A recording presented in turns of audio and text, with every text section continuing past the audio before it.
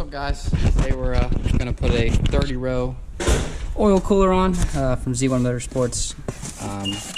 The core is Setrab or Setrab, whatever you want to say it. Got a thermostatic sandwich plate. This will allow my car to not cool off earlier than it needs to. Got my stainless steel braided lines as well. I always recommend you might as well change the oil and everything too. So we got our oil filter here, and we got some Mobil 1 oil as well. First thing we got to do is we got to take this right-hand side tire off. And then we got to pull this this wheel well lining out on this side at least, because we're gonna have to be able to get in there when we do our braided lines and stuff. But I'll come back when we get some progress going. All right, guys. So I'll show you some of the things we have to take off in a bit. We already got the wheel off, as you can see. What I would suggest, you're definitely gonna need 2 small screwdrivers.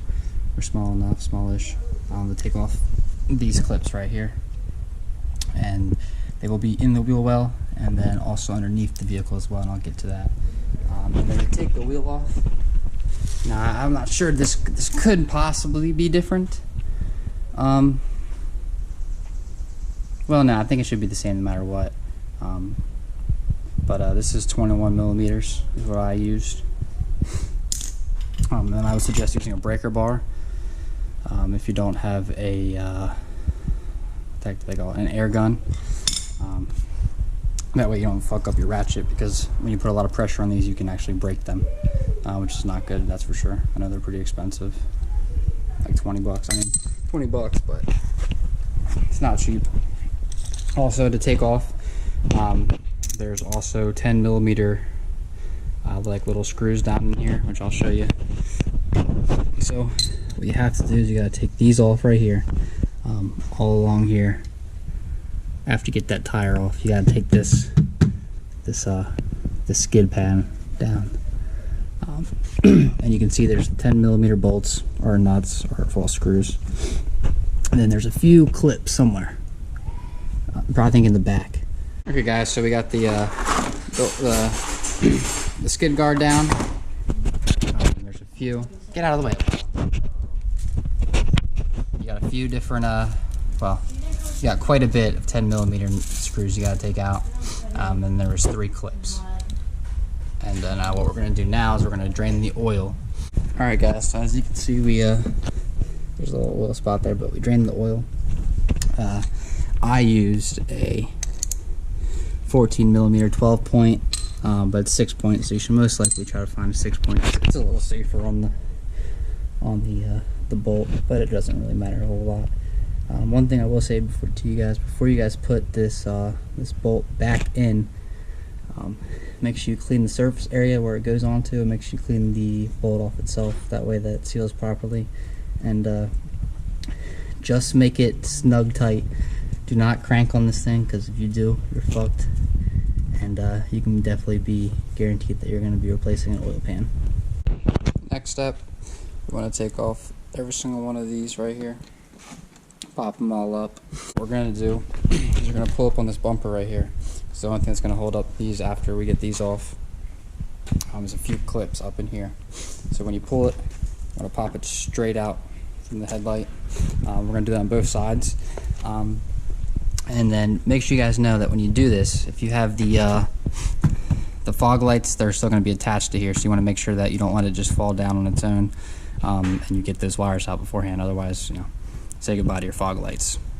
All right, guys. So actually, when you pull this front one off, you can actually see the light in here, so you don't got to worry about that. You can take that off into the bumper. It's just this. It's hard to see. There's right where my finger is. There's a little clip. I would get needle on those pliers. Put one end right here on this side, and the other end right on the clip. Squeeze it down and pull out. Make sure you're pulling on the actual clips and not the wires. You'll mess something up for sure. And you got this little bolt out. I got this, as you can see. I already took this one side bumper off. Now for the right side, you only have to take one clip off. That one clip off, which was right here. And then slide this out underneath this one, this other, and you can see our screw is, oh, it's hard to see, but our screw is right here. I mean, this you guys will tell that this is identical to the other side, so there's not, and it's a little hard to see, but it's the exact same thing. I got the bumper off. It was pretty easy. I had a little trouble with the light. When you guys get to the light on the left hand side of the vehicle, you're gonna have to take this clip out, because unless you guys know how to undo it, but I couldn't figure it out. You get pliers, just pinch this right here, pinch these in, and it pretty much almost just comes out by itself. I also forgot to take out 2 more 10mm bolts right here, which they were in the air dam. So next, I can't remember if I showed you guys or not, but you can remove the styrofoam piece.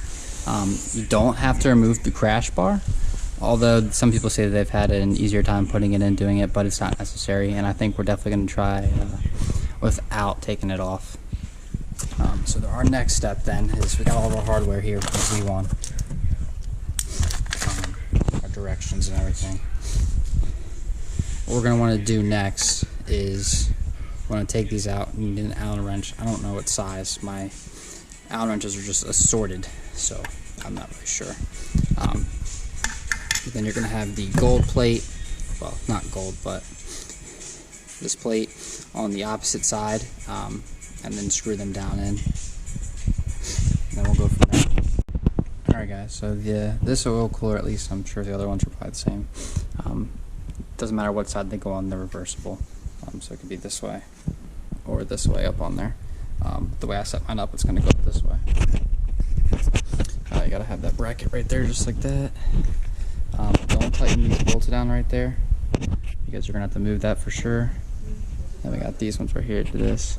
You split the one metal piece and the rubber piece on one side and the other rubber piece on the other side.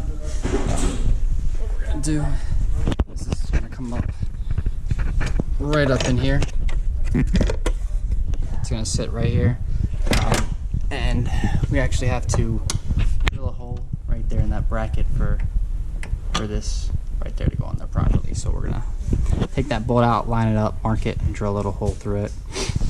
You should put at least a piece of cardboard or something behind that so you don't mess up your radiator.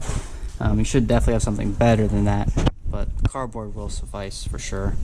At least just for the bit. Also, before we put this in there too, we're gonna put oil in these. To top this off actually, and then close these back up, put it in there, and then take these off when we get to put our lines on. The reason why we do this is so that the engine never goes out really without the engine really never goes for a certain period of time without oil. If you don't do that, then you have to run the oil through the lines into here, then back into the engine. We really don't want to do that, starve the engine from oil that much. So we're definitely at least gonna fill this up. Alright. Then also, what we're gonna want to do too, guys, we got our little stuff out here, these 2 little clips. We're gonna want to slide them right down in here. Slide these down here, just like this, or the other way. I gotta make sure, but we're gonna do that, and that's where our bottom bracket's gonna go in. So we're gonna get that together and go from there. Alright, so hopefully you guys have the same luck I have. Got it to line up right there, and then here I actually had to modify their bracket a little bit. And we got our hole drilled right there. Luckily I got everything right the first time. So what we're going to do now, because we actually already filled this with oil about halfway in there, what we're going to do is I'm going to put these on here, get these lines attached up top, get those lines up here, take these caps off, and we're going to bring it all the way back down and around, and it's actually going to go right around and through here. So we're going to do that. Alright guys, so we got our oil cooler lines in on the oil cooler. We're going to route them around right now.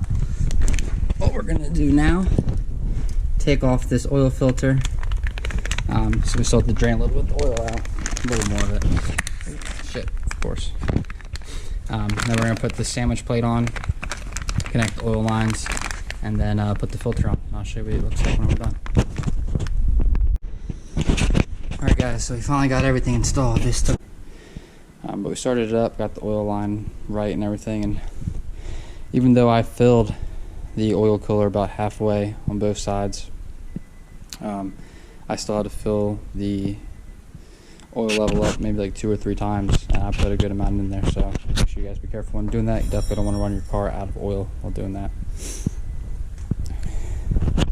Alright guys, well I'll get back to it when we get on a drive and see if it keeps my temps lower. Alright guys, so we just made an hour-long trip pretty much, and I was beating on it and then not beating on it, and honestly we haven't even really gone above 190. So the 34 row oil cooler is definitely doing an amazing job. It's not super hot out right now. I mean, it's only 76 degrees, so I'll definitely check back in one more time before I see you guys in the next video.